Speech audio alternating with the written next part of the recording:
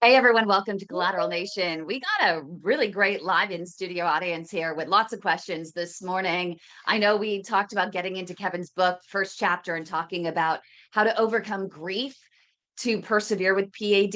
And when you have a diagnosis like PAD or that poor circulation in your legs known as peripheral artery disease, that's a time of grief. You got to get through the grief so you can persevere and take your health into your own hands. And we have Michael Lepp. He is incredible. I'm going to call him a world-renowned exercise physiologist. He is responsible for helping to bring down NASCAR's pit stop from 15 seconds to 12 seconds. Yay. And a lot of what he did with the training, goes back to what he did to help CAD and PAD patients in exercise physiology and their training programs there. And of course, my amazing co-host and author, Dr. Kevin Thomas Morgan with inspirationalselfhelpbooks.com and his amazing YouTube channel. Subscribe at Fit Old Dog. So thanks, you guys. Thanks everyone for being here. Gosh, I think we have a lot of questions that are going to be coming in today. How are you guys this morning? Good. Lovely day here in North Raring Carolina. to go. Carl's ready to go. See, he has the most energy out of both of you guys. And we got to be careful that we're not April fooling anybody today. Okay. Oh, shoot. Oh, Today no. is We April forgot about that. Fool's. It's April 1st. No. And so everything I'm saying is accurate. I'm not April fooling anybody today. Yeah, that's what they always say. That's shoot. I didn't even think about it. Have you ever, with all your teams, have you ever had anyone play an April Fool's joke on you? Oh, you have no idea. I don't know that they can be put out on here, but I'll weed some out for you. But it's April Fool's Day. Oh my goodness. Well, I wanted to start off. I know that Dawn had jumped in. We have a live studio audience. If you want to join, it's info@padhelp.org, or else we have our amazing producer Joshua, who's on YouTube, and he can get your questions there for our incredible team here in studio. But I know that Dawn had jumped in just before, and she was asking questions about you had one amputation, Dawn, and you have your other foot that you're looking for some foot exercises. Do you want to share exactly what you have going on and what you're looking for? And Kevin and Michael can share their perspectives, with some things that might help you. Yes, how you doing? I was calling to ask some questions about where I have the one foot, and when my feet are really cold, I have to move them.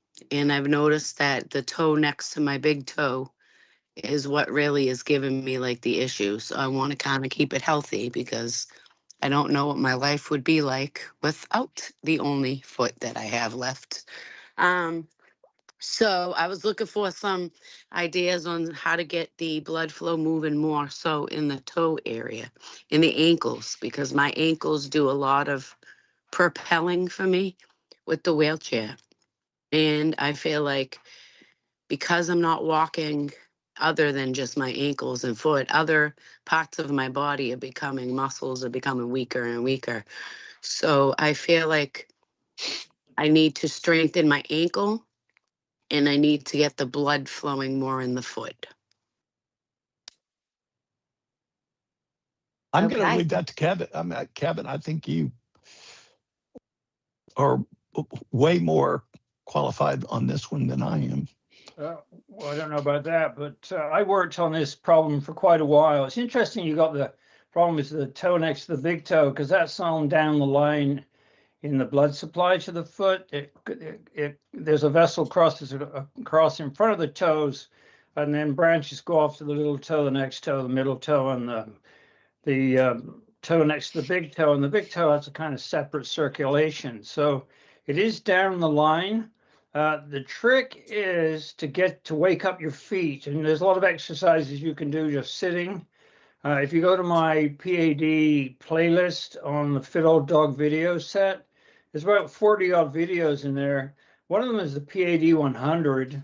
It's based on spreading your feet to let blood into your feet and then contracting your feet to drive blood out.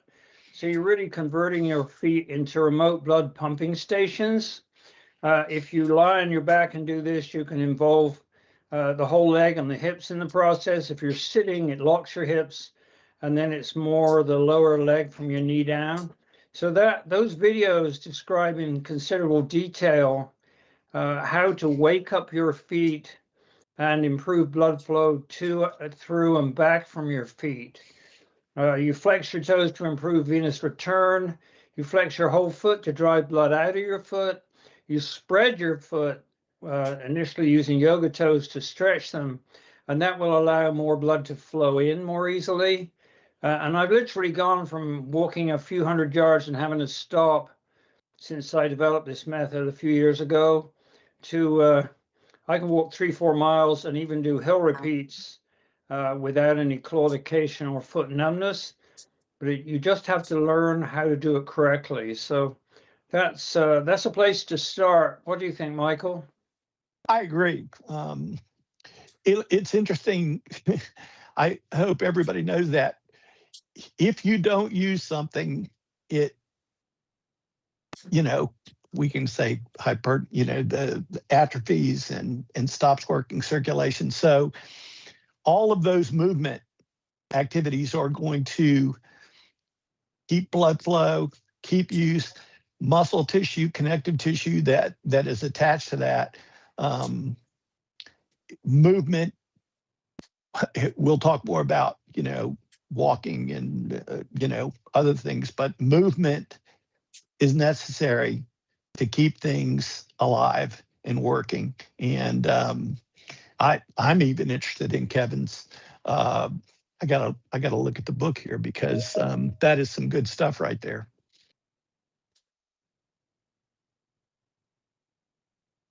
I also have another question. Now, you said on there that is actually like videos where you take your foot and show us how to do it. Yeah, there's a video showing how to use yoga toes to spread your feet. You can buy a pair of yoga toes for about $30 and they'll last you the rest of your life, but that allows you to stretch your feet sideways. You have to make sure you have a large toe box in your shoes and don't wear tube socks that compress your feet from side to side. Yeah, and all those videos are in there and you can take a look, scan through them, and then if you have questions, come back next week and and ask us about it. No problem at all. And they're just on YouTube. You can just, there's no paywall or anything. You can use them and look at them as to your heart's content. But the most, if you put them, if you go into that, it's my YouTube channel, and you rank the videos by popularity, you'll see the first video comes up is one that I made with my body movement teacher, Rebecca Amos Lawson, where she shows you how to wake up your feet, how to use yoga toes. I think that video has, I don't know, 20,000 hits now. It's very popular. Yeah. But it's a great place to start waking up your feet. Rebecca really taught me a great deal and helped me enormously with my posture. She ran a dance studio in New York for years. So now she teaches continuum and other techniques. So that's the place I would start. See what Rebecca has to say. And then you can search through the videos. There's one in there that you might find helpful, which is called How to Turn Your Feet into Remote Blood Pumping Stations. And there I describe how you do it. And once you learn how to do it correctly, you apply the P.A.D 100. You don't have to do 100 of them if you don't want to. And that will really help your feet and wake your feet up. It also helps with balance, but that's a whole nother story. So give that a try and then come back and ask us next week if you have a problem. Okay, thank you very much. Anytime. If anyone else has any questions for Michael and Kevin, go ahead and jump in. I know we have some new folks jumping in. We have Yvette and Anne and Heinz and Jean that also jumped in. And I see Mike has jumped in, so all welcome. And Alan, what did you have to say?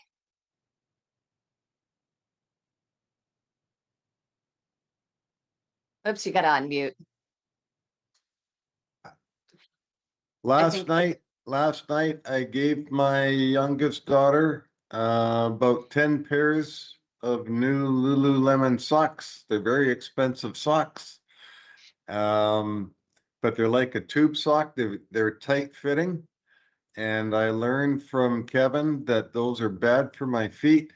So I gave them to her, and today I'm going online, I'm going to order a bunch of merino wool socks that are loose fitting. Yeah, And they're great socks, but they're very tight fitting, and that's not good for my feet. no, absolutely not, or for Yeah. anyone's feet. Yeah. And I learned that listening to Kevin, I think a week ago. Oh, good. That's Yeah. amazing. Yeah. I And I love it. also have a pair of those yoga toes, and I use them, and I think they help me. Oh, that's good to know, actually. Yeah. And It's, yeah. So I So recommend it. you're in Canada, is that where you are? Yes, I am. I'm in Kelowna, British Columbia. Oh, okay. Oh, man, I went over there one time. Yeah. It was Victoria's birthday they were celebrating. They were more English than the English. I couldn't believe it. It was beautiful. There are. It was a beautiful place to live, but It is. it's expensive. I tried to find a Yeah. job there. I was working in Arkansas at the time, and I tried to find a job, but there's no job that would cover my costs. Really? You know, it was He was a just, veterinarian. Okay. Yeah, Yeah, Heinz. it's pricey. Land is pricey here. Property is pricey. it's a beautiful place with all those islands and stuff. Yeah. Yeah. Well, Yeah, very you need to- beautiful. You need to warn your daughter about the danger of the socks. I'll tell her. All right. Okay, Hey, thank Now, Heinz. you. my understanding is, oh, by the way, good morning, everyone. Good morning. Good Good morning, morning. Heinz. Morning, All Heinz. the way from Colorado. My understanding is, and I wear compression socks. If you're walking though, you don't really need compression socks because you're pumping like crazy up and down. But I'm one of the rare few that with P.A.D, but also venous problems that have to wear compression socks. They're lightweight, but anybody can quantify that? What I just said about when you walk, you don't really need I mean, you tube would socks think slash you wouldn't, compression socks.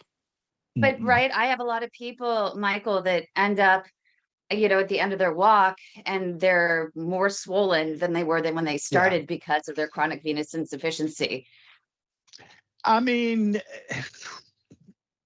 there are companies that have, what is that company? CEP. When it comes to athletics, compression wear became a big deal for whatever. But it's like a lot of things today. We don't know that. Is there any science behind it? There might be, but you have to look at yourself as an athlete and what you need. And I'm not a big believer. It's interesting in pro cycling now, which is a sport that I still consult in. Socks have now, Kevin can look at it. You look at these elite professional cyclists, and now the socks, which used to not even barely showed out of the shoe, is now halfway up the calf. And I asked one of my cyclist friends, I mean, what's the deal? And they said, it's marketing. It's not necessarily. Venous return is based on, happens naturally.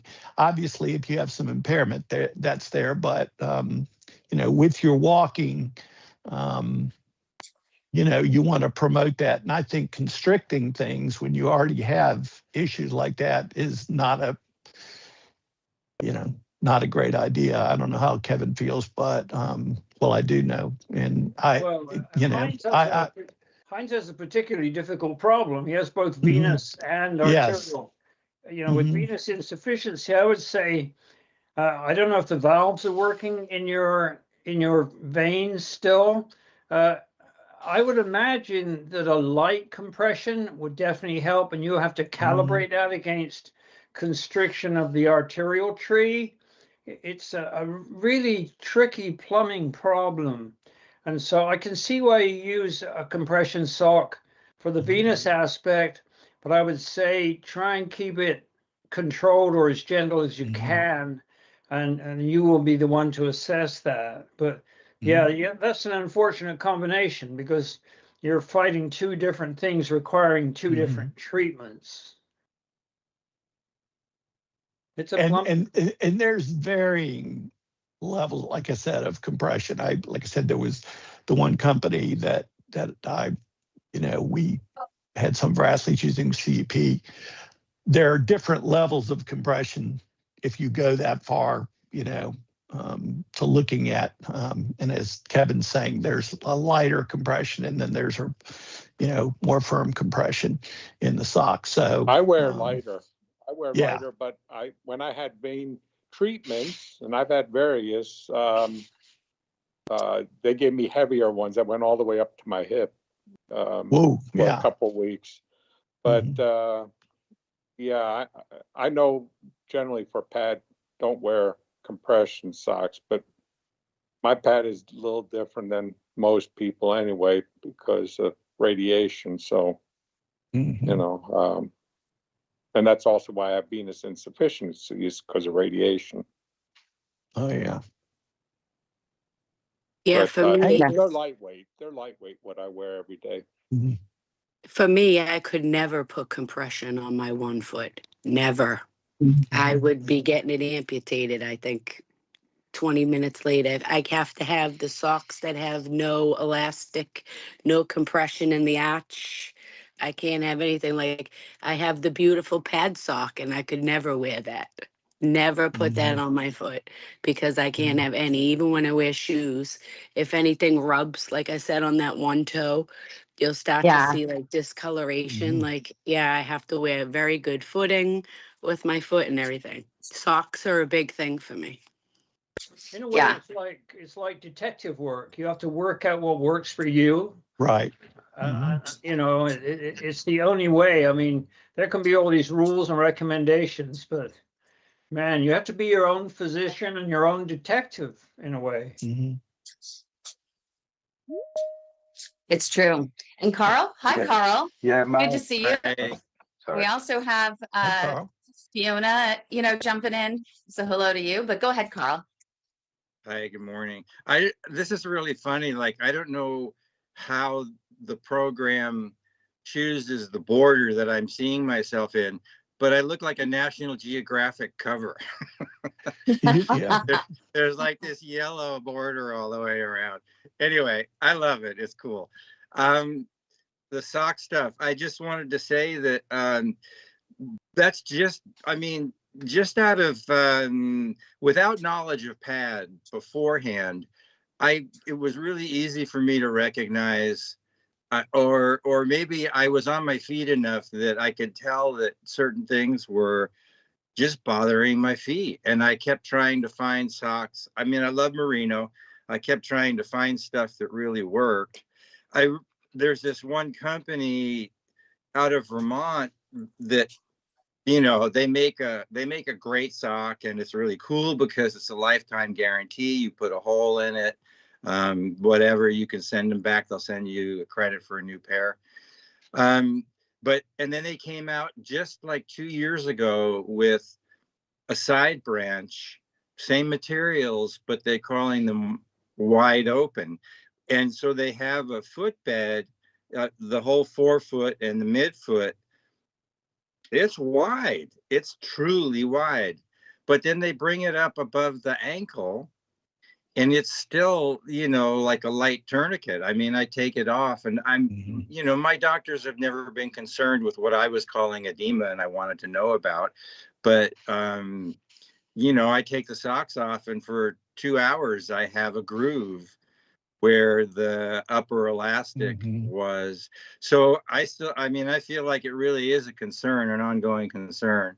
I called them and had a little bit of a conversation and said, if you would turn part of your line into something like a diabetic sock where the top is loose and you maintain the width in the forefoot, I think you'd have, like a worldwide winner. But Anyway, just that's been my battle with socks. I mean, I have socks that I just love because I've collected them over the years when I didn't have as much swelling and stuff. I can't wear them anymore. I can't throw them away. They're just so amazing. Okay, that's an To aside. add to you, Kyle, I have the same problem. I can't wear them if they're not like no-show. It have to be no-show socks, or I cannot wear the sock, because the same thing, even if it has just a little bit of elasticity around the ankle, I don't really get a lot of edema at all, but it will make marks and it will like irritate where I have to move it away. Like keep Right. adjusting the sock. So I've Right. gone down to now no show, and they have to be, they have to have no band around the arch. Just a plain old, actually, you know where I found them? I don't know where you live, but Dollar Tree. The cheap Oh, socks. Yep, I'm telling you, I get like 3 pairs. I think they might have went up to $1.50. Maybe it's 2 pairs, but those have been the best socks. Can't find those type of socks like at Walmart or anything, but Dollar Tree has been my go for the socks. yeah. Well, I'm game to try because I just, like I say, it seems to be an issue ongoing. So on the other, and thanks for that tip. So I'm seeing my primary care tomorrow, who tends to be very cooperative. We have a long-standing relationship. He's seen me through a bunch of illnesses. He knows that if I come in and I say something, I've thought about it and whatever. So we talked last week briefly, and I'm sorry I was traveling and I didn't write down what tests you were recommending, but I remember there was some like really prime cardiac. I'm jumping, sorry. I remember the statistic that I asked you about, which was that 60% of people that present with heart attacks also have P.A.D. unknown or untreated, or the other way around. But I want to be able to have a little bit of a conversation with him about that. As I'd mentioned in the past, the only cardiac exam I've ever had, including the vascular surgeons, has been a stethoscope exam. Yeah. And So this would be interesting for Michael, because Michael, we're dealing with this a lot, where 3 in 5 people who suffer a heart attack have P.A.D. And yet when someone's diagnosed with P.A.D., we have vascular doctors who tell our patients, we're not going to test your heart until you have symptoms.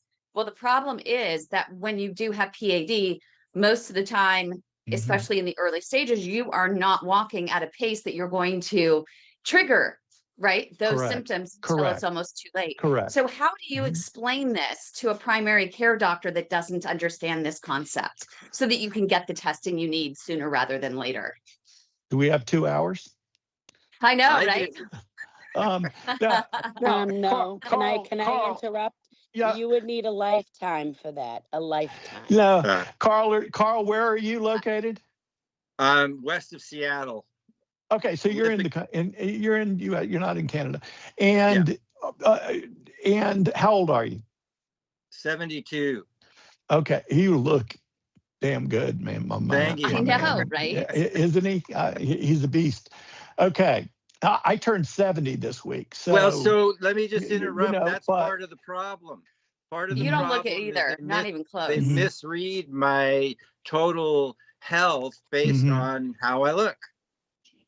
Well, and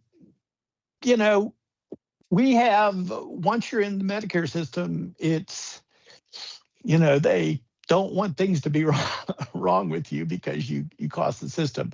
Right. I'm not going to go that way, but you need a cardiac stress test, period, end of discussion.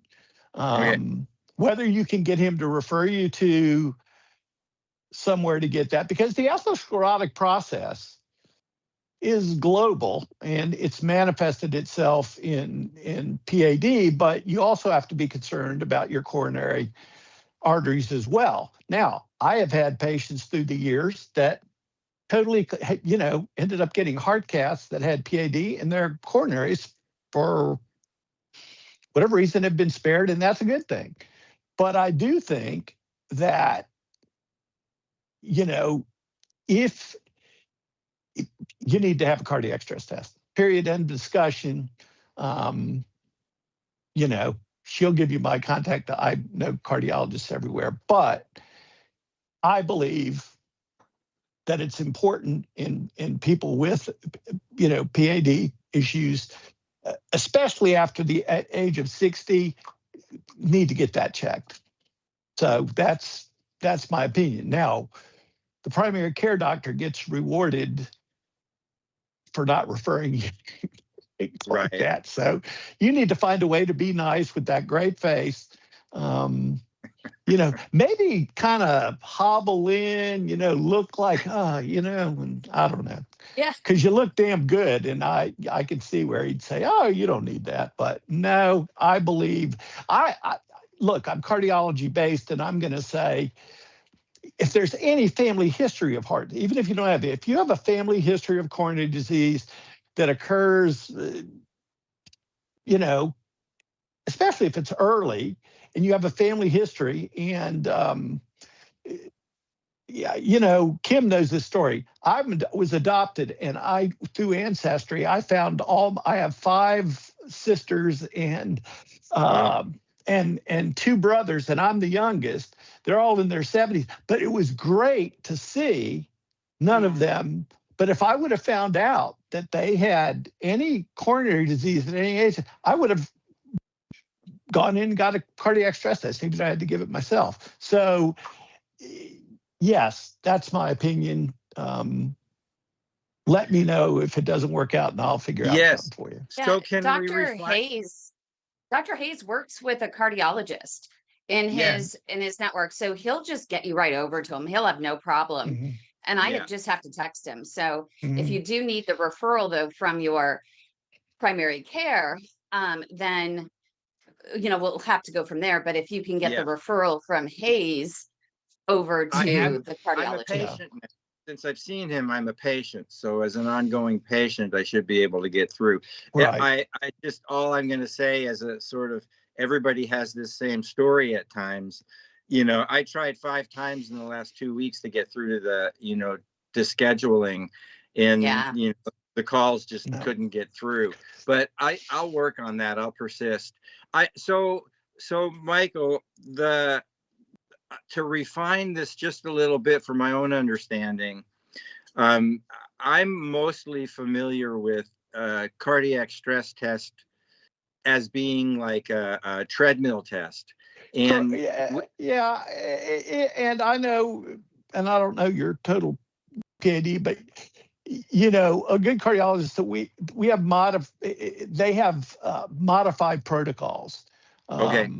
And if it was with somebody that, you know, couldn't get their heart rate up to the point where they can detect ischemia, then, you know, you might look at what we call a false negative test. And so, you know, I used to get creative, and whether that be put them on a bike or whatever, because a lot of times, now they probably wouldn't do this with you, but in somebody that was standard insurance, and say, oh, let's just skip that. We're going to go just, you know, do a heart cath. Well, I think you're fit enough that I think we can get you're not on a beta blocker?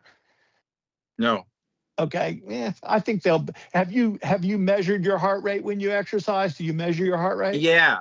And what does it typically get up to? This up. That's why Yeah, I'm what is bringing it? this up. It's Yeah, like, what does it typically get up to? well, I can push it like on my Nordic track. I can get to like 114, but on walking, even on a hill, if I get to 108, it's a peak.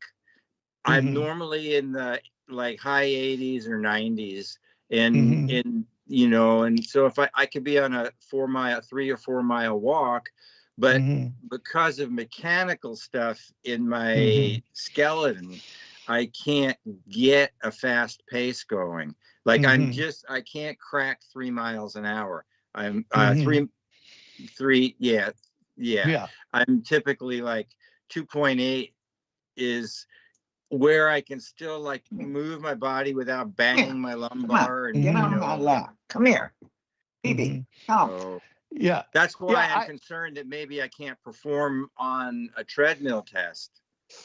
And when you exercise, What your do you walk, want? when you Do get you up to have to that go 108 out? Do you have to pee? you know, Do you have that to poop? is that where you are, you know, getting up to 108 when you do a walking type thing or walk up a hill?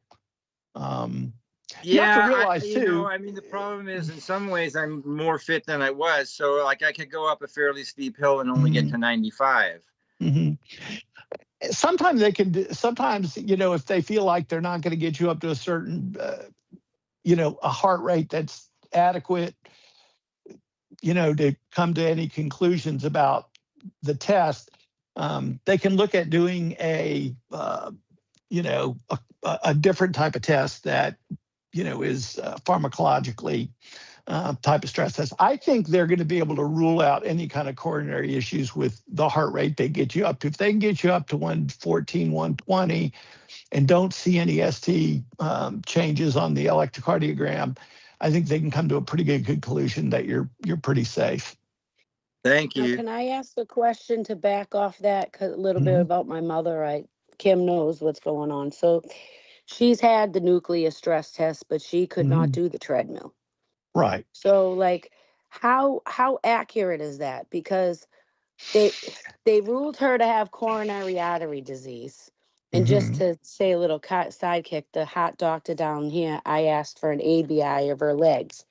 And he turned to me and he said to me, "Why would we need an ABI of her legs?" I said, "So Mhm. we can rule out PAD, because if she has CAD, then she most likely has PAD."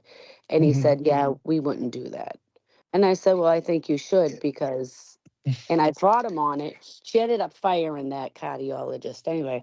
But Mhm. when we went to go see the primary care, I told him what they said, and he started to laugh and he said, "That's crazy, because you would check her legs." So like, it's like primary care down here knew more than the heart specialist. Well, And again, it's and like I said, the limits with PAD patients in terms of testing cardiac, you just described it, where you can, what we would call a false negative. You could say, okay, well, it's negative up to a heart rate of 108 when, you know, your maximum heart rate, and there's a tremendous variance in that, is 220 minus your age, plus or minus 10 beats. So, you know, that's, you know, they're shooting to get you up at least within 85 to 90% of that predicted maximum heart rate, provided you're not on a beta blocker or something that keeps your heart rate down. So, you know, it's easy to get a false negative in a PAD patient who's limited. What I used to do is I would use, and amazingly, a bike, because a lot of my patients hadn't been on a bike and it would elicit a kind of they weren't trained on the bike, so it would get their heart rate up higher than walking because they were conditioned already. So, you know, now are most cardiology groups run by an exercise physiologist like me? No, unfortunately. It's how quickly we can get you off of the, you know, and let's say, and Kevin can say this, a lot of times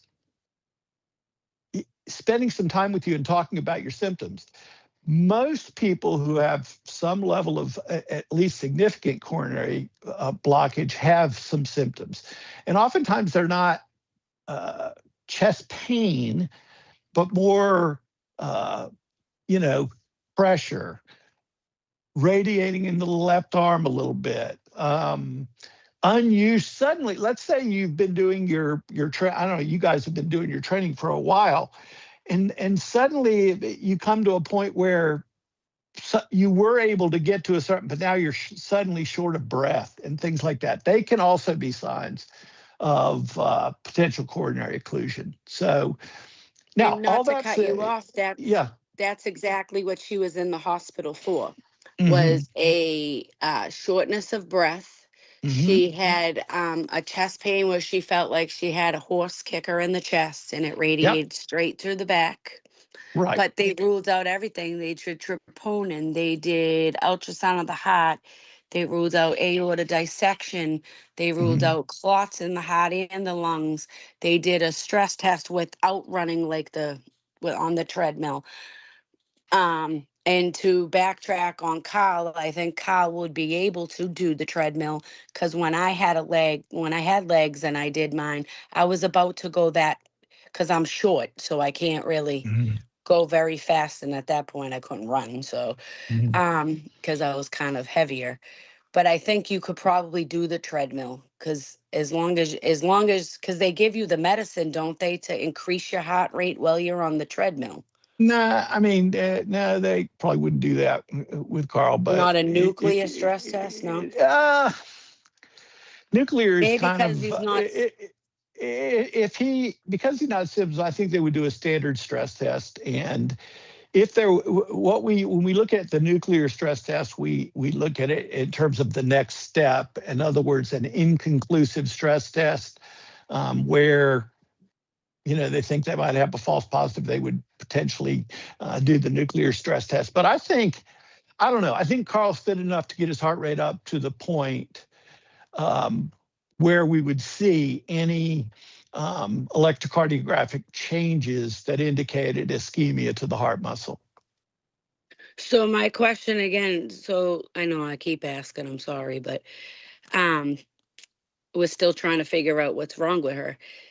So the nuclear stress test without running, like where she just laid in the bed and then they put the medicine in Yeah, and they brought her I'm heart not. rate up. Like with that, Yeah, can that have false positives? Or is that more it anything. I mean, can? Kevin can tell you It can. anything we do test in anything can provide, false positive information, false negative. I mean, they're not perfect.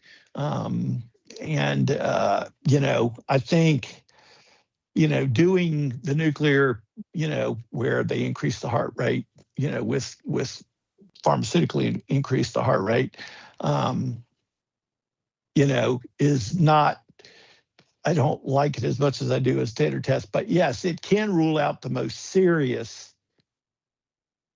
if you have a serious occlusion. A lot of times that, coronary occlusions are peripheral. They're down in the art, they're down in the tree, and that's less serious than something that's up proximal in the coronary artery tree, which everything south of it doesn't get blood flow. And if that's your left ventricle, that's a serious thing. And so what they're trying to rule out is that most serious thing. Oftentimes, P.A.D. patients, their P.A.D. is their, I would say, beta blocker. In other words, they can't go hard enough to put their heart at risk. So, it's still important to rule that out because, like I say, if you've developed peripheral vascular disease, there's a high chance you could have some coronary occlusions. So what we've come up with the conclusion now is we think she has the beginning of CHF because that's what Congestive heart she's failure. Yeah. so Yeah. we ruled out they want to say she has arterial sclerosis in the artery. I mean Hmm. in the aorta. They did see Hmm. that. And she has CAD. Hmm. And but the way she's representing, which I said before was CHF. But the problem with Hmm. this is she doesn't hold fluid around the heart or the lungs, like everything keeps coming up Hmm. clear there. But she's holding it bad in the right leg. And then once it gets bad in the right leg, it's in the left leg. And then she can't breathe. And then she Right. can't So move because then she what gets we're that going to pain do in the is we're going chest. to get her to Dr. Bernardo. I mean, period, over at MedStar. It's just we have to do it. So message me afterwards and let's just get her there because I think that she just needs a different set of eyes that is more experienced Hmm. and can get Well, this what I squared away liked for was you. she has the greatest primary care. He's great. Like this guy was on top of it. Like I said, she fired her heart doctor. She's gonna try the one at VCU because they seem to listen to her more there. But he signed her right up for the ABI. He has the ABI set up for her. Like, he listened, because he even says the same thing. Like, there's definitely going to be something in the legs. If she has that, that we're going to check the legs. But he also feels like she is CHF. But so he's going to check her ejection Ejection fracture. fraction. Mhm. He wants to know what that is in her bun, I think it was, to see if that was Mhm. elevated. Because if those two are, then we're at the beginning. Because I told him we might be too early to go by whatever your criteria is to diagnose it. But her symptoms are CHF. They definitely are Mhm. CHF. It's heart related, everything that's going on. So, but they Mhm. like I said, you just keep pushing, Kyle. They don't want to do the test. You tell them, I want this done. I want this checked. Because I did it with my 9-year-old. She has elevated lipoprotein little a. That was a contributing factor of why I don't have a leg today. So which they said doesn't come in children. Well, now we find it in children because my daughter's positive and elevated for it. So what I did with them was, the doctor fought me on it, and I said, I don't care, you're going to do it. And they finally got the approval. I got an ABI done, a more thorough test done on my daughter's legs at 10 years old, because I want to know a baseline. Like, I want to know what her legs are now, because she already complains sometimes about her left leg hurts. She's got cramp in her left Mm. leg. So could it be growing pains? Could be, because of her age. But could it be the beginning of something with artery disease? Because elevated lipoprotein little a clogs your arteries at a young age. So you know what I mean? The squeaky wheel gets the grease. Remember that. And it's your body. You know how you feel. And you deserve to have the test. You just got to make your way to get around the insurance. But if you keep complaining about it, eventually they have to check it out. So Thanks, Don. But we'll get with it afterwards. That's really good advice. And I wanted to get to, I think it was Carolyn that was talking about, she had an aortobifemoral bypass and she's recovering. And I'm curious, from Michael's perspective, any thoughts? Have you had patients that you worked with over your exercise therapy that actually had aortobifemoral bypasses or major bypasses? And it's a long road to recovery, but what can they do? Obviously it starts. When did this, how long ago? Recently? It was recent. Okay. Yeah.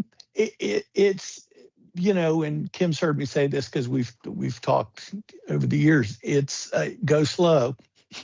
Go slow to go fast. I mean, to get to the fast may be walking at 2.5 miles per hour and a 0% grade. That could be your goal, but you got to start at 1.7 miles per hour. It's, getting mobile as quickly as you can, and having guidance from someone that can supervise you and talk you through the issues that you can have, and when you feel a certain way, that you can share with and they can help you. Starting off with supervision, to me, is important. It's, you need that coaching and guidance. And some people, I have walking groups that I worked with 20 years ago that still meet and walk together. So do they need to?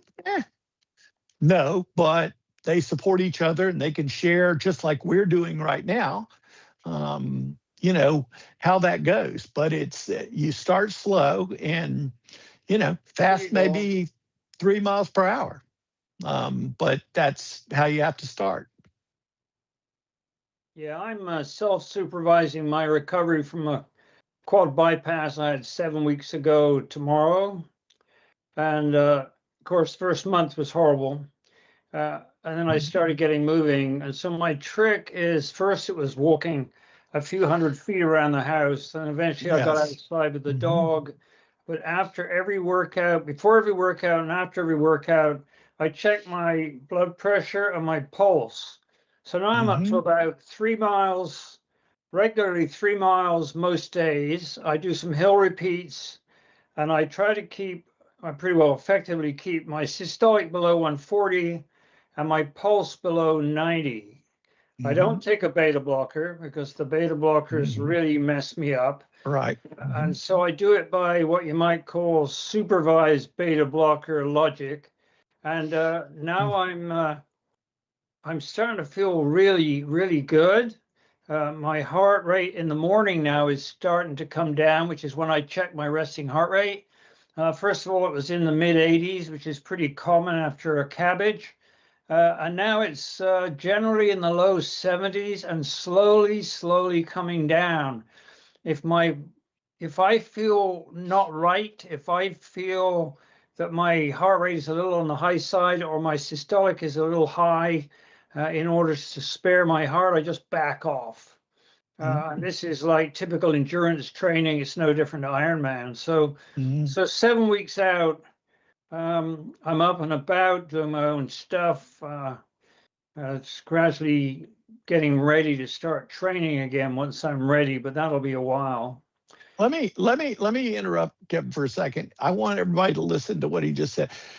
Kevin is a natural athlete, and I don't know if you did this, a while back, but notice how he's paid attention to those numbers that are easy to measure, and he keeps track of them. And good athletes do that. And remember, everybody's an athlete. All of you are athletes, and so paying attention to how you feel.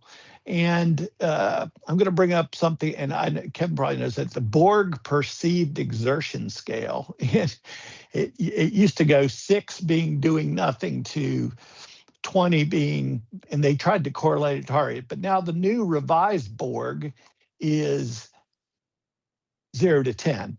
And I know some of you use the pain measurement scales with your P.A.D., but they found that people that paid attention to how they felt and correlating to what their heart rate was and being aware of that do very well. They do better than people who just, hey, I'm just going to do this because it's down. They want me to do it and I'm going to. No, he's paying attention to his engine, his motor. Okay, that I know I worked in NASCAR, but Kevin has a motor, and so does Fiona and Mike and Alan. You have a motor, Carl, you have a motor, and you got to pay attention to it. You got to read the signs. And when you do that, you'll see how you're progressing. And so great job, Kevin, paying attention to those numbers and monitoring those things. Yeah, I call this proprioceptive intelligence. Yes. It's body awareness. On my YouTube channel, I have a video that's like about less than a minute, and it's called Wiggle Your Finger. And it will tell you how body aware you are, because when you move this finger here, your body's thinking you're going to do something with your hand, and you can feel your lateral hip rotators on the opposite side start to contract to turn your pelvis towards where it thinks you're going. And you can feel that activation prepare for movement simply because you're moving your hand and your body thinks, oh, you're going to do something with your hand.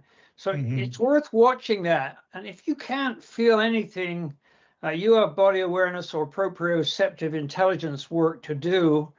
It's really, really important to be aware of your body, as Michael said. So me, I don't want to spring a leak. I want to get back to, triathlon training, have a good life. So I feel I was extremely lucky to escape with my life. It just so happened I was referred to a cardiologist, and then it snowed and everything closed down and his office closed. And so a whole weekend went by without being able to get a hold of him. And that's when I had the heart attack. So anyway, this afternoon I'm going for an ultrasound to check the status, and then I just get on with my life based on that information.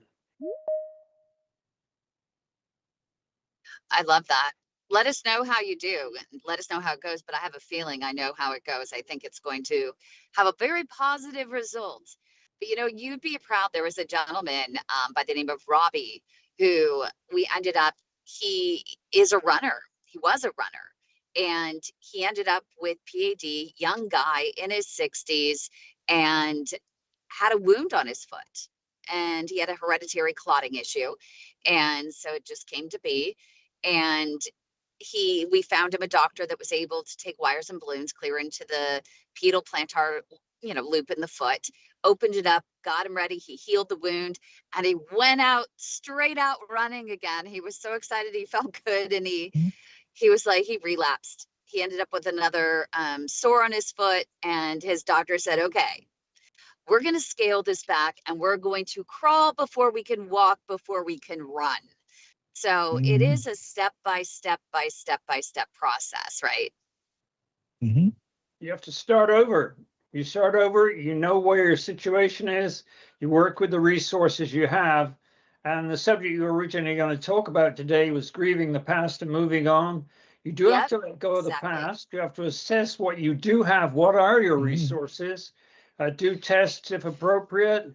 Be cautious with drugs. I think they have good and bad uses. Yeah, you got to listen to your body, get advice where you can. But at the end of the day, it's up to you. You need to be your own physician, and your physician is one of the tools in your toolbox. Mm-hmm.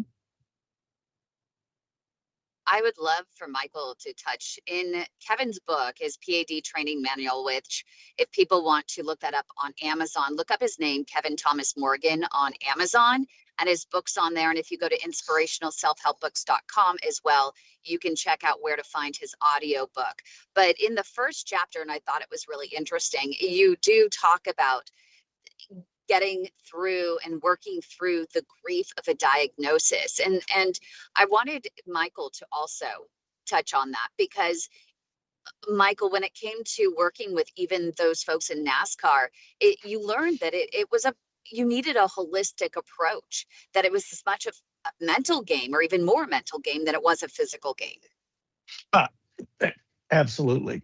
You know, a lot of times what an exercise physiologist does, diagnose what the problem is. So if your job is to hit a baseball, or if your job is to go faster on a bicycle so you can win the Tour de France, or if, in NASCAR, we had to get those pit stops down under 12 seconds, it a lot of times, and I don't want to put a percentage on it, but I'm going to say greater than 50% when there was underperformance, and when it wasn't physiologic. It was the mental side. Okay. One of my good friends, Dr. Alan Lim, who works still with elite professional cyclists, he went over to Europe to spend time, and he came back, and I said, okay, tell me what that number was, that physiological number that predicts who's going to be the fastest on that day. He says it's whether they broke up with their girlfriend or not. Mm. And I was like, what? He said, I found out that it's mostly the mental things that affected the physical things. So I think when we talk about grief, if you are a fully functioning, and I used to see with heart patients, especially ones that had asymptomatic heart disease, when suddenly they had some chest discomfort, they went to the hospital, and the next thing you know, they had quadruple bypass. And, wait a second, I was running this company, I was doing these things, and now I'm this injured, sick person. And I would go, no, you're the same person, but it changes things. And I know Kevin knows that. Kevin's an elite athlete, and you have these it's how you mentally deal with those things. And that's where group exercise programs, I think having a group you can share things with and work just like we're doing right now. Okay. That helps you with the mental side of dealing with your illness. Yeah, this is like PAD training camp. It's really, I went on training camps a while ago when I was starting into full distance Ironman. I had a really good coach. And those training camps with about 20 other athletes, I guess 80% of them, no, 90% of them were about 20 years younger than me, but I could stay with them because of my, my blood lactate threshold, et cetera, was good. But, Right. people would struggle with, injuries, knee pain, whatever, and try and push through it, which is actually a mistake. Yes. But it's a lot of it when you're out on finishing the last 10 miles of an Ironman race, you've got the last 130 to 140 miles.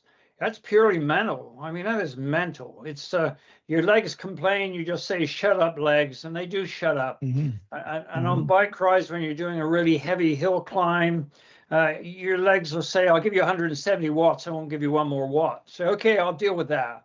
And so you're kind of talking to your body, getting to know your body, and that's all part of this game. And here we have the same problem with P.A.D., except the measurements are the level of pain, the blood refill rate in our toes, all the stuff that tells us, what's going on. And so in a way, this is endurance training. You're learning to be an endurance athlete in order to beat this problem by growing collaterals, improving the way you move your limbs, how you use whole body movement, all these tricks to keep you going. But when you do suffer from it, you have to let go of the past and not hang on to it. You have to stop, grieve, which is really important. And once you've done that, then you can move on to the next step, which is start to exercise again. So I see this as P.A.D. training camp. Yes. I love that. And final thoughts. We're coming up on the hour here. Michael, final thoughts to follow up on Kevin. Hey, it's learn your situation, know your situation, and I think Carl, you're doing that. Be as knowledgeable about your situation as your doctor is. Yeah, and as my coach said one time, That's your doctor. As my coach said one time, Chris Howard said, Kevin, this is training camp, not complaining camp. Right. I'm going to just tell that from a personal standpoint, I'm a big, I'm a little concerned about AI, but, for my healthcare, I use the app for our healthcare system here. And I'll, hey, I have a question about this, or I have a question about that. And it takes 3 weeks for somebody to get back to me. You got to be persistent. You got to be knowledgeable. And that's where I do think AI does a good job, where you can go on there and put your symptoms in and come up. If you're concerned about something and you're not getting feedback from your physician, look at those things. And like Carl's going to do when he talks about his stress test that he's going to have this week, you have to do that. You have to, it's a team effort. Now, to me, one of the most important teams is everybody I see on this screen right now. But your healthcare provider is part of that team, and you have to, work with them. But you have to develop knowledge yourself to bring to the table. Yeah, absolutely. You're 100%. in your own best position. Yes. Yep. 100%. Thanks so much, everyone, for joining us. Hopefully you can come every week. It's all about accountability. It's all about community. And we're here for you every single week. So make sure you join us. We won't be live next week, but Kevin has volunteered to be here and just to discuss, answer any questions you have. And hopefully maybe Michael, you could join us again at the end of the month. I sure will. That would be amazing. Thanks, everyone, for joining us. Don't forget to visit inspirationalselfhelpbooks.com for a sign up for Kevin's newsletter. I have a highlight in the newsletter this week, so we'll all find out at the same time what it is. So sign up there, and also go to his YouTube channel, youtube.com/the@sign. Hey, Kim. Yeah. Kim, did you notice that there was a piece of food on your face there? the whole Oh time. no. Oh no. April April Fool. Fools. You guys can't even see me. That's awesome. I love you guys. Have a great week, everyone. See you guys. Thanks, See ya. Doc. See ya. Bye. You guys.